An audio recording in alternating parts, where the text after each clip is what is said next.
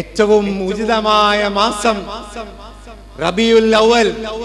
മാസത്തിന് തന്നെ, പേരിന് തന്നെ എന്തൊരാശയമാണ്. റബീ വസന്തം, അവ്വൽ ആദ്യത്തേത്, തീർച്ചയിൽ തീർച്ച, ആദ്യത്തെ വസന്തം മുഹമ്മദ് മുസ്തഫ സല്ലല്ലാഹു അലൈഹി വസല്ലം. ഉമ്മമാരെ, ഒന്ന് നെഞ്ചിലൊന്ന് കൈവയ്ക്കൻ, ഒന്ന് നെഞ്ചിലൊന്ന് കൈവച്ചിട്ട് സ്വന്തത്തോട് ചോദിക്കൻ, ഈ മുഹമ്മദ് മുസ്തഫ സല്ലല്ലാഹു അലൈഹി വസല്ലമയെ ഞാൻ എന്റെ മക്കൾക്ക് പരിചയപ്പെടുത്തി കൊടുത്തിട്ടുണ്ടോ? തൊട്ടടുത്ത ട്യൂഷൻ സാറിനെ നിങ്ങളാണ് മക്കൾക്ക് പരിചയപ്പെടുത്തി കൊടുത്തത്. അവനിന്ന് നന്നായി ഫിസിക്സ് അറിയും, അവനിന്ന് നന്നായി മാത്തമാറ്റിക്സിലെ പ്രോബ്ലങ്ങൾ ചെയ്യും, അവൻ നന്നായി ഇംഗ്ലീഷ് സംസാരിക്കും, അവൻ നന്നായി ഹിന്ദി സംസാരിക്കും, അവൻ വേദികളിൽ നിന്ന് സംസാരിക്കും, പ്രസംഗിക്കും.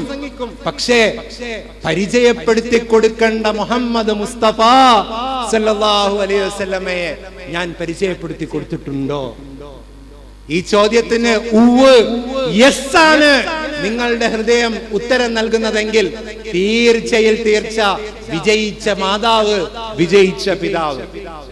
അതല്ല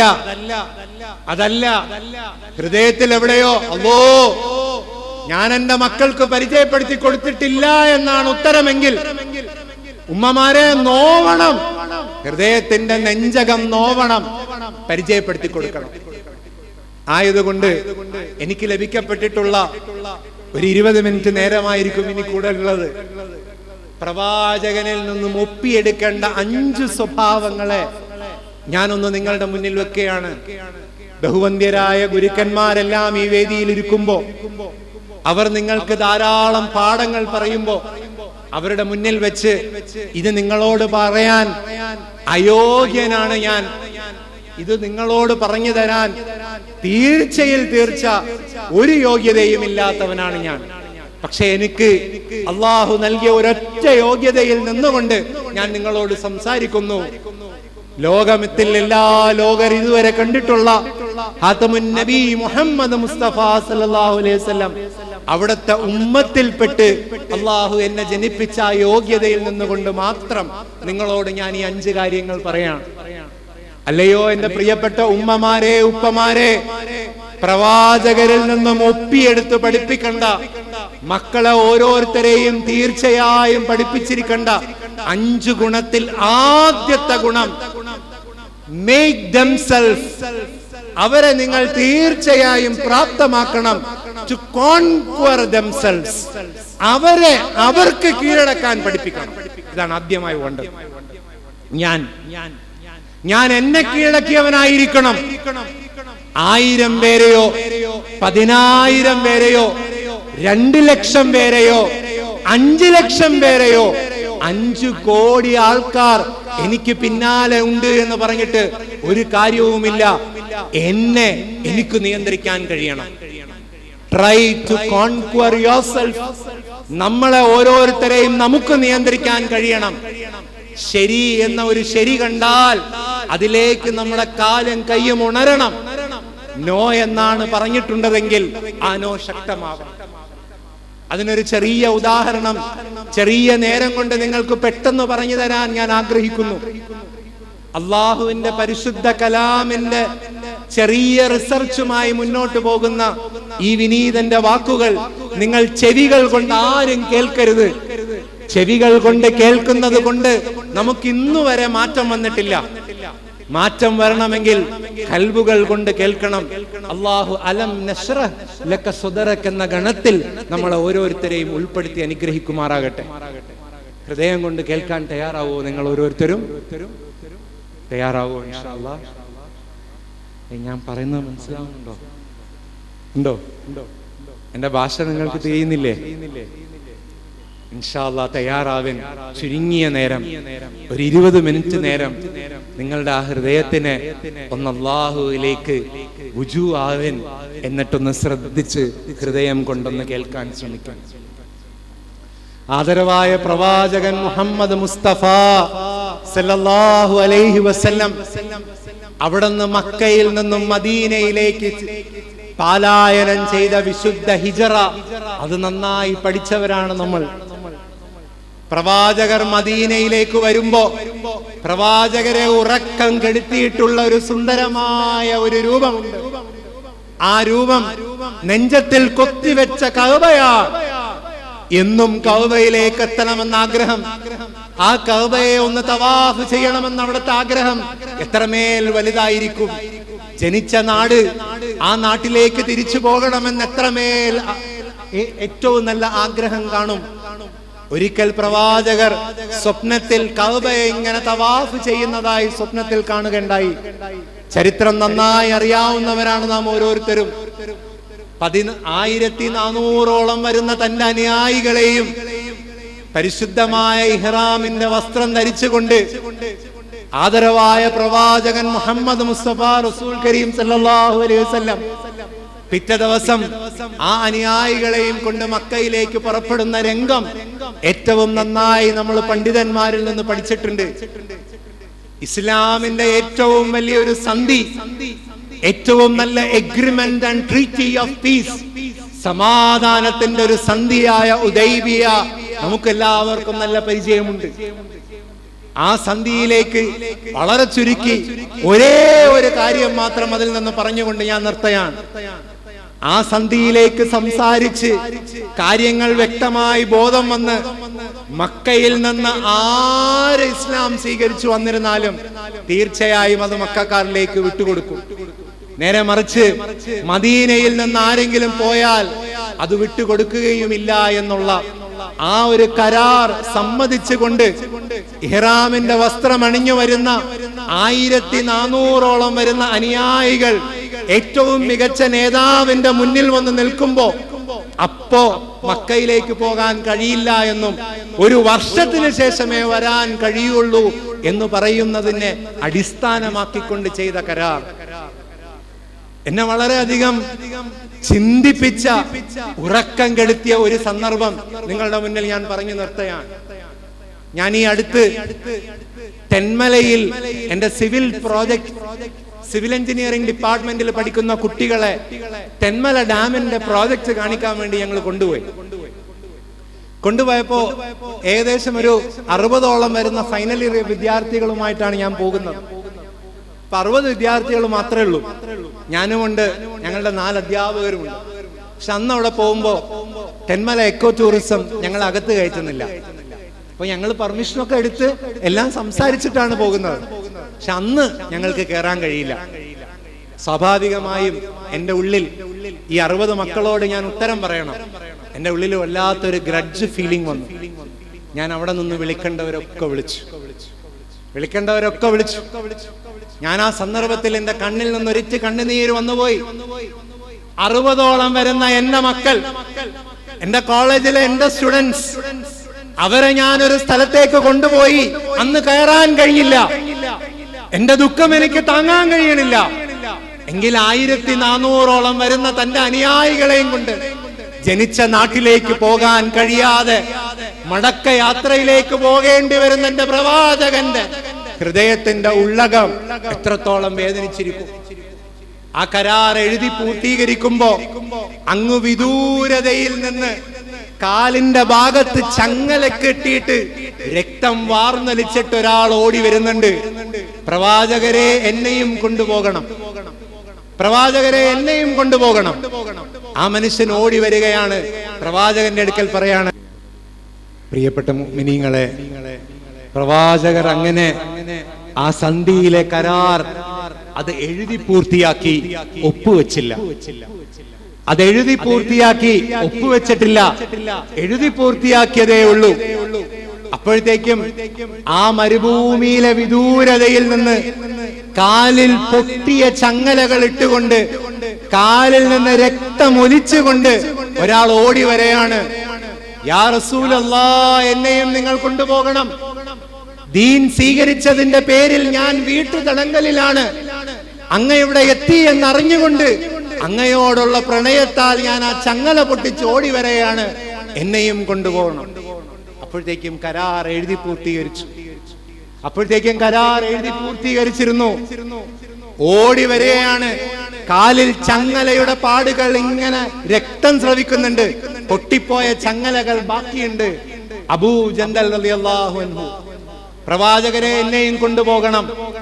പ്രവാചകർ അബൂ ജന്ദലിനോട് ഏറ്റവും നല്ല ആശ്ലേഷിച്ചു കൊണ്ട് പറഞ്ഞത്, അബൂ ജന്ദൽ, താങ്കൾ തിരികെ പോവുക, താങ്കൾ തിരികെ പോവുക. അബൂ ജന്ദൽ അന്തം വിട്ടുപോയി. പ്രവാചകരെ, ഈ മുശ്രിക്കീങ്ങളുടെ ഇടയിൽ എന്നെ ഇനിയും തള്ളിവിടെയാണോ? ആ അബൂ ജന്ദലിനോട് പ്രവാചകർ പറഞ്ഞ വാക്ക് ഉമ്മമാർ ഉപ്പമാർ വളരെ ശ്രദ്ധയോടുകൂടി കേൾക്കണം, വളരെ ശ്രദ്ധയോടുകൂടി കേൾക്കണം. യാ അബൂ ജന്ദൽ, തീർച്ചയായും ക്ഷമ പാലിക്കണം, തീർച്ചയായും ക്ഷമ പാലിക്കണം. വിജയത്തിന്റെ നാളുകൾ ഏറെ താമസമില്ലാതെ നിങ്ങൾക്ക് വന്നെത്തും, നിങ്ങൾ ക്ഷമിക്കണം എന്ന് പറഞ്ഞു പോകുമ്പോ ആരുണ്ട് പിന്നാലെ എന്ന് നാം ചിന്തിക്കണം, ആരുണ്ട് പിന്നാലെ എന്ന് ചിന്തിക്കണം. ഊറയിൽ തന്നെ തൂക്കിയിട്ട വാളുകളിൽ ഇങ്ങനെ പിടിച്ചുകൊണ്ട് നിൽക്കുന്ന ഉമർ റളിയല്ലാഹു അൻഹു പിറകിലുണ്ട്. പക്ഷേ പ്രവാചകർ ഏറ്റവും നല്ല രീതിയിൽ അവിടെ ക്ഷമ കൈക്കൊണ്ടു എന്നുള്ളത് നാം ഓരോരുത്തരും ശ്രദ്ധിക്കണം. തീർച്ചയായും ആ സന്ധി പഠിച്ചിട്ടുള്ള നമുക്ക് ഓരോരുത്തർക്കും അറിയാം, മക്കം ഫതഹിലേക്ക് എത്തിച്ചിരിക്കുന്ന സുന്ദരമായ വിജയം അതൊരു പരാജയമായിരുന്നില്ല, അത് ഏറ്റവും മികച്ച വിജയമായിരുന്നു.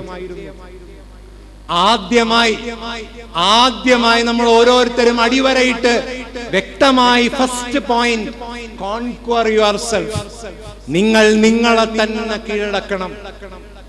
ഒരു രഹസ്യവേളയിൽ ഉമർ റളിയല്ലാഹു അൻഹു പ്രവാചകരോട് ചോദിക്കുന്നുണ്ട്, പ്രവാചകരെ, നമുക്ക് യുദ്ധം ചെയ്യാമായിരുന്നില്ലേ? നമ്മളെ ഏറ്റവും നല്ല ആൾക്കാർ കൂടെ ഉണ്ടായിരുന്നില്ലേ? എന്തിനായിരുന്നു പ്രവാചകരെ? ആദരവായ പ്രവാചകർ ഉമർ റളിയല്ലാഹു അൻഹുവിനോട് പറഞ്ഞൊരു വാചകമുണ്ട്. എന്റെ പ്രിയപ്പെട്ട മുഅ്മിനീങ്ങളെ, ഹൃദയം കൊണ്ട് ആ വാചകം നമ്മൾ കേൾക്കണം. യാ ഉമർ, ഞാൻ അല്ലാഹുവിന്റെ റസൂലാണ്, അല്ലാഹുവിന്റെ കൽപ്പനയില്ലാതെ എനിക്ക് യാതൊന്നും തന്നെ ചെയ്യാൻ കഴിയില്ല. പിന്നിൽ 1400ഓളം വരുന്ന അനുയായികൾ, ഓരോ അനുയായിയും എന്തും ചെയ്യാൻ തയ്യാറാണ്. പക്ഷെ അല്ലാഹുവിന്റെ കൽപ്പനയില്ലാതെ അവിടുന്ന് ചലിച്ചിട്ടില്ല എന്നുള്ള ആ പ്രവാചകനെ മക്കൾക്ക് പരിചയപ്പെടുത്തി കൊടുക്കാൻ ഓരോ ഉമ്മയും ഉപ്പയും കഴിഞ്ഞിട്ടുണ്ടോ എന്ന് വ്യക്തമായി നാം ചിന്തിക്കണം. റബീഉൽ അവ്വൽ, റബീഉ വസന്തം, അവ്വൽ ആദ്യത്തെ വസന്തമായ പ്രവാചകനെ നമ്മുടെ മക്കൾക്ക് പരിചയപ്പെടുത്തി കൊടുക്കാൻ കഴിഞ്ഞിട്ടുണ്ടോ എന്നുള്ളത് ഏറ്റവും നല്ല ചിന്തയിൽ വരണം, ഏറ്റവും നല്ല ചിന്തയിൽ വരണം. ഞാൻ നിങ്ങളുടെ മുന്നിൽ ഒരു സ്റ്റാറ്റിസ്റ്റിക്സ് കൂടെ വെക്കാം. എന്നെ പോലെയുള്ള അക്കാഡമിഷ്യൻസ് ഞങ്ങളെ സംബന്ധിച്ച് വളരെയധികം ക്ലാസ്സുകൾ എടുക്കാൻ പോകുന്ന ഓരോ സ്ഥലങ്ങളിലും വേദനയോടുകൂടി ഞങ്ങൾ പറയുന്ന ഒരു സ്റ്റാറ്റിസ്റ്റിക്സ് നിങ്ങളൊന്ന് കേൾക്കണം. ഈ തരുന്ന ഒരു കണക്കും കൂടെ നമ്മൾ ഓരോരുത്തരും ഒന്ന് കേൾക്കണം. മനസ്സിന്റെ ഒരു കോണിൽ അതിനെ വെക്കുകയും അതിനുവേണ്ടി പ്രവർത്തിക്കുകയും ചെയ്യണം. നമ്മുടെ ഇന്ത്യ എന്ന ഈ മഹാരാജ്യം അത് അതിന്റെ ഒരു പ്രത്യേക വ്യവസ്ഥയിൽ അതിങ്ങനെ പോകുമ്പോ നമ്മുടെ കേരളം എന്ന ഈ സംസ്ഥാനത്തിന്റെ കാര്യങ്ങൾ ആദ്യമായി തീരുമാനിക്കപ്പെടുന്നത് അതിന്റെ ഫസ്റ്റ് സിറ്റിസൺ ഗവർണർ ആണെങ്കിലും തീരുമാനങ്ങൾ മുഴുവൻ വരുന്നത് CM-ന്റെ ചെയറിൽ നിന്നാണ്. ചീഫ് മിനിസ്റ്റർ കഴിഞ്ഞാൽ ഒരു സ്റ്റേറ്റിന്റെ പരമോന്നത അംഗീകാരം കൊടുത്തിരിക്കപ്പെടുന്ന ഏറ്റവും നല്ല ചെയർ പ്രിൻസിപ്പൽ സെക്രട്ടറി അല്ലെങ്കിൽ ചീഫ് സെക്രട്ടറിയാണ്. എല്ലാവരുടെയും ശ്രദ്ധ ഒരു നിമിഷം ഞാൻ ഈ കാര്യത്തിലേക്കൊന്ന് തിരിക്കുകയാണ്. ചീഫ് സെക്രട്ടറിമാർ, പ്രിൻസിപ്പൽ സെക്രട്ടറിമാർ, ഇവർ കൊടുക്കുന്ന പേപ്പറിൽ അതിനെ ഒന്ന് നന്നായി കേട്ട് ഒപ്പുവെക്കാൻ മാത്രമാണ് ഒരു CM-ന് കഴിയുക. കാരണം ആ ഫയൽ അത്രയും നന്നായി പഠിക്കാൻ, അത്തരം ഫയലുകൾ പഠിക്കാനുള്ള ഒരിക്കലും സമയം അത്രയും റെസ്പോൺസിബിൾ സീറ്റിലിരിക്കുന്ന ഒരാൾക്ക് കഴിയുകയില്ല. ഈ ചീഫ് സെക്രട്ടറി, പ്രിൻസിപ്പൽ സെക്രട്ടറി പോസ്റ്റിലിരിക്കുന്ന ഓരോരുത്തരുടെയും യോഗ്യത IAS ആണ് എന്ന് നാം തിരിച്ചറിയുക. നമ്മൾ നന്നായി മനസ്സിലാക്കണം, നമ്മുടെ ഈ ഇന്ത്യയുടെ അവസ്ഥ മാറണമെങ്കിൽ തീർച്ചയായും ഇന്ന് ഇവിടുന്ന് 38 പേർ ഹാഫിലീങ്ങളാകുമ്പോ, നമുക്ക് കളക്ടറേറ്റിൽ പോകുമ്പോ, നമുക്ക് സെക്രട്ടേറിയറ്റിൽ പോകുമ്പോ, അത്തരം കേന്ദ്രങ്ങളിൽ നമുക്ക് പോകുമ്പോ അല്ലാഹു സുബ്ഹാനഹു വ തആല നമുക്ക് ഒരു സന്ദർഭം എത്തിച്ചു തരട്ടെ. ഹാഫിസ് ജുനൈദ്, ഹാഫിസ് മുഹമ്മദ്, ഹാഫിസ് എന്ന പേരോട് കൂടി അതിന്റെ അറ്റത്ത് ഒരു IAS അല്ലെങ്കിൽ ഒരു IPS അല്ലെങ്കിൽ ഒരു IFS എന്ന ടൈറ്റിലിന്റെ അതിന്റെ ആദ്യത്തെ ഭാഗം ഹാഫിസ് എന്ന് തുടങ്ങുമെങ്കിൽ അതെത്ര മികച്ചതായിരിക്കും. ഇന്ത്യയുടെ ഇന്നത്തെ സ്റ്റാറ്റിസ്റ്റിക്സ് ഞാൻ നിങ്ങൾക്ക് പറഞ്ഞു തരാണ്. ഏറ്റവും മികച്ച, ഏറ്റവും പുതുതായി പുറത്തുവിട്ട രേഖയാണ് ഞാൻ നിങ്ങളോട് പറയുന്നത്. ഇന്ത്യയിൽ 4 ലക്ഷത്തിലധികം ഉദ്യോഗാർത്ഥികളാണ് ഇന്ത്യൻ റെയിൽവേയിൽ ഉള്ളത്. പക്ഷേ മുസ്ലിമീങ്ങളുടെ പെർസെന്റേജ് 4% മനസ്സിലാക്കാം. 4%.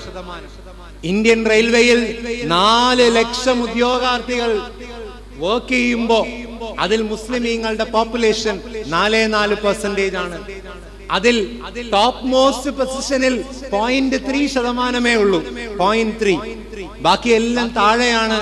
ഗാർഡുകളായി, സിഗ്നലുകൾ കാണിക്കുന്നവരായി, ടിക്കറ്റുകൾ വിൽപ്പിക്കുന്നവരായി ആ തസ്തികയിൽ.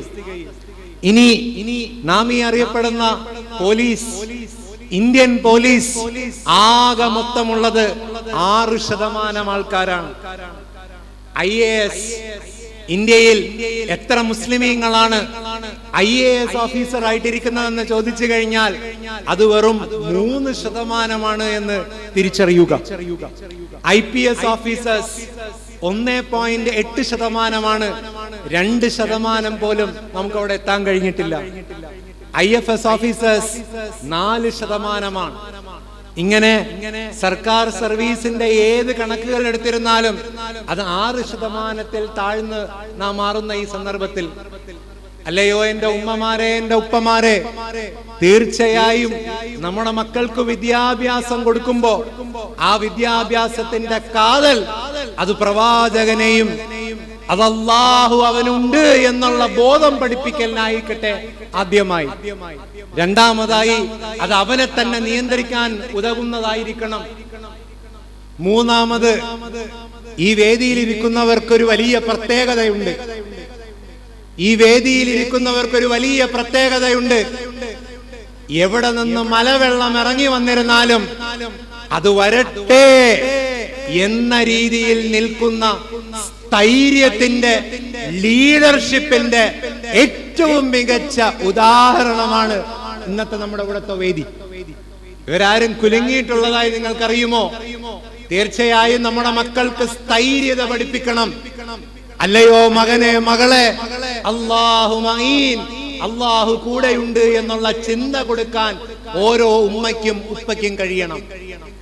നാലാമതായി അവർ പഠിക്കുന്ന ഓരോ കാര്യങ്ങൾക്ക് അത് പ്രവർത്തിക്കുന്ന മേഖലയിൽ സ്കിൽഫുൾ ആകാൻ അവരെ നിങ്ങൾ ശ്രദ്ധിക്കണം. അഞ്ചാമതായി ഏറ്റവും നല്ല നന്ദിയുള്ള ഒരു കൂട്ടം ആൾക്കാരിൽ അവരെ നിങ്ങൾ ട്രെയിൻ ചെയ്യണം. ആയതുകൊണ്ട് തന്നെ ഒരൊറ്റ കാര്യം പറഞ്ഞുകൊണ്ട് എന്റെ എളിയ വാക്കുകൾ ഞാൻ നിർത്തുകയാണ്. മലയാള കവിതാ ലോകം കൺഗ്രാജുലേറ്റ് ചെയ്യാൻ മറന്നുപോയ, ഇസ്ലാമിലേക്ക് അതിന്റെ അവസാനത്തെ കാലത്തിലേക്ക് തിരിച്ചു വന്ന മലയാളത്തിന്റെ പ്രിയ കവയത്രി, ഒരുപക്ഷെ ഇംഗ്ലീഷിൽ അവർ കവിതകൾ എഴുതുമ്പോ കമലാദാസ് എന്ന ടൈറ്റിൽ, മലയാളത്തിൽ എഴുതുമ്പോ മാധവിക്കുട്ടി എന്ന ടൈറ്റിലിൽ നമുക്ക് ഓരോരുത്തർക്കും സുപരിചിതയായ സ്ത്രീ, പിൽക്കാലത്ത് അല്ലാഹു ഏറ്റവും നല്ല രീതിയിൽ ഹൃദയത്തിന് ഇസ്ലാം എന്ന നൂറ് കൊണ്ട് പ്രകാശിപ്പിച്ച കമലാ സുരയ്യ എന്ന വ്യക്തിത്വം, അവർ തന്റെ അവസാനത്തെ കാലത്തിൽ ഒരു നല്ല കവിതാ സമാഹാരം എഴുതുന്നുണ്ട്. നെയ്പായസം എന്നാണ് അതിന്റെ പേര്. ചുരുക്കി ഞാൻ പറയാണ്, ആ കവിതയിൽ ഒരു വീടിനെ കൊണ്ടുവരുന്നുണ്ട്. ഒരച്ഛൻ, ഒരമ്മ, 2 മക്കൾ. വീട്ടിലെ ഉമ്മ ജോലിയെല്ലാം ചെയ്തു കഴിഞ്ഞ് തിരിച്ച് ഓഫീസിലേക്ക് പോകുന്നു. ഉപ്പയ്ക്കും മക്കൾക്കും പെട്ടെന്നൊരു മെസ്സേജ് എത്തുകയാണ്, മദർ സിവിയർലി ഇൽ. ഉമ്മയ്ക്ക് പ്രത്യേകം എന്തോ ഒരു ബുദ്ധിമുട്ട് വന്നു, ആശുപത്രിയിലായി. മക്കളും ഭർത്താവും ആശുപത്രിയിലേക്ക് എത്തുമ്പോ ഭൂമിയിലെ ഏറ്റവും വലിയ അതിശയം, ഭൂമിയിലെ ഏറ്റവും വലിയ സഹനശക്തിയുടെ ഉറവിടം മാതാവ് ഈ ഭൂമി വിട്ടു പോയിരിക്കുന്നു. കർമ്മങ്ങളെല്ലാം ചെയ്ത് അവർ തിരിച്ചവരുടെ ഫ്ലാറ്റിലെത്തി. രാത്രിയായി, മക്കൾക്ക് വിശക്കുന്നുണ്ടാകുമെന്ന് ഉറപ്പ് വന്നിട്ട് ഈ ഉപ്പ ഭക്ഷണമെല്ലാം വിളമ്പി. മക്കളിങ്ങനെ തിരിഞ്ഞു നോക്കുമ്പോ എന്നും ഭക്ഷണം വിളമ്പി തരുന്ന ആ സാരി തുമ്പിനെ കാണാനില്ല. മക്കൾ ഭക്ഷണം കഴിച്ചില്ല, അവരത് വെച്ചിട്ട് എണീറ്റ് പോയി. ഉപ്പയും എന്തൊക്കെയോ വാരിക്കുത്തി ആ പ്ലേറ്റുകളെല്ലാം അടുക്കളയിലേക്ക് കൊണ്ടുവച്ചു. കഴുകി ശീലിച്ചിട്ടില്ലാത്ത അദ്ദേഹം ആ ഫ്ലാറ്റിൽ ആദ്യമായി പാത്രങ്ങൾ കഴുകി അലമാരിയിലേക്ക് എടുത്തു വെച്ചു. അലമാരിയിൽ പെട്ടെന്നൊരു വൈറ്റ് ഫ്ലാസ്ക് ശ്രദ്ധയിൽപ്പെട്ടു. അദ്ദേഹം സ്നേഹത്തോടെ ആ വൈറ്റ് ഫ്ലാസ്ക് ഇങ്ങനെ എടുത്തു. നോക്കുമ്പോ നല്ല വെയിറ്റ് ഉണ്ട് ആ ഫ്ലാസ്കിന്. തുറന്നു നോക്കി. ഈ ഇദ്ദേഹത്തിന് ഒരു ചെറിയ ഒരു ശീലമുണ്ട്, എല്ലാ തിങ്കളാഴ്ചയും നെയ്പായസം കുടിക്കണം. അന്നും ഒരു തിങ്കളാഴ്ചയായിരുന്നു. തന്റെ ഭാര്യ നെയ്പായസം ഉണ്ടാക്കി വെച്ചിരിക്കുകയാണ്. അതിനും അന്നവൾ മറന്നിട്ടില്ല. ആ പായസം മടമടാ അദ്ദേഹം കുടിച്ചു. എന്നിട്ട് ഇങ്ങനെ തിരിഞ്ഞു, ഭാര്യയെ നോക്കിയിട്ട് നിന്റെ പായസത്തിന് നല്ല രുചിയുണ്ടായിരുന്നു എന്ന് പറയാൻ വേണ്ടി നോക്കി. പക്ഷെ അവരെ കാണാനില്ല. കുറ്റബോധത്താൽ അദ്ദേഹം ഇറങ്ങി ഓടി. ഫ്ലാറ്റിലെ ലിഫ്റ്റിലൂടെ താഴെ വന്നു. കാറെടുത്ത് നേരെ പള്ളിക്കാട്ടിലേക്ക് പോയി. എന്നിട്ട് ഖബറിസ്ഥാന്റെ അടുക്കൽ നിന്ന് പറഞ്ഞു അത്രേ, നിന്റെ പായസത്തിന് നല്ല രുചിയുണ്ടായിരുന്നു. കാര്യമുണ്ടോ? തീർച്ചയായും മക്കളെ നന്ദിയുള്ളവരാകാൻ പഠിപ്പിക്കണം.